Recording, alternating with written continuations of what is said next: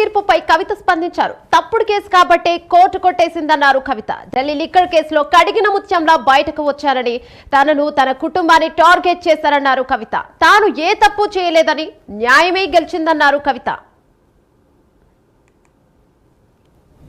3 years of the cases, did party social media support me? ఇవాళ పొద్దున్న నుండి సన్నాయి నొక్కులు నొక్కుతున్నారు. పెంపకానికి వచ్చిన కోర్టు తీర్ప ఏందో అడ్డమైన రాతలు నేను ఆ సోషల్ మీడియా చూడను. దీనివల్లే బీఆర్ఎస్ ఓడిపోయింది అంటున్నారు. మరి ఎందుకు మాట్లాడలే? నేను పార్టీ కోసం కాదా జైలుకి పోయింది? మీకు తెలియదా ఏం జరిగిందో వెనకాల?